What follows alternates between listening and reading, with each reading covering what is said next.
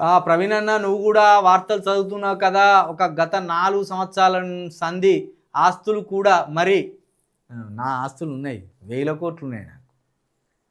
Office పెట్టుకునే దానికి 10 మంది స్టాఫ్ పెట్టుకునే దానికి లేదురా అయ్యా అంటే నువ్వు ఆస్తులు కూడా కట్టే దగ్గరికి వచ్చిందా ఇంకా సంసారం?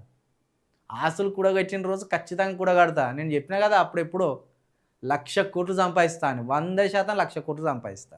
మళ్ళా తిరిగి సొసైటీకి పెడతా, విద్యాలయాల రూపంలో, వైద్యశాలల రూపంలో మళ్ళీ తిరిగి సొసైటీకి పెడతా. పే బ్యాక్ సొసైటీ అని చెప్పిండుగా అంబేద్కర్ గారు, అది నా అనుమానం ఉన్నది. రూపాయి సంపాదించిన ఇప్పటికి కూడా 10 పైసలు ఎవరికన్నా ఇస్తాను నేను.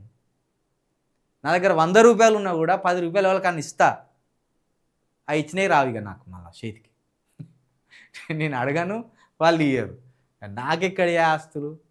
నాకు అక్క ఆస్తులు ఎక్కడున్నాయి? మీరు భలే ఆస్తులు ఉంటే మరి జర మీరు ఎంకలాడి చూపిరు, తప్పకుండా ఇస్తాను మీకు. నా ఆస్తుల గురించి మాట్లాడుకునే రోజు కూడా రావాలని కోరుకుంటాను. లేకపోతే నేను సక్సెస్ కానట్టే కదా మరి.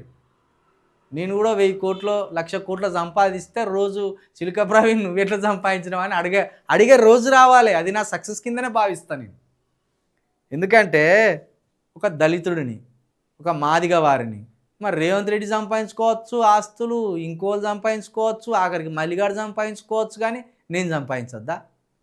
ఖచ్చితంగా నేను సంపాదించిన రోజు 100% చెప్తా జనం ముందట.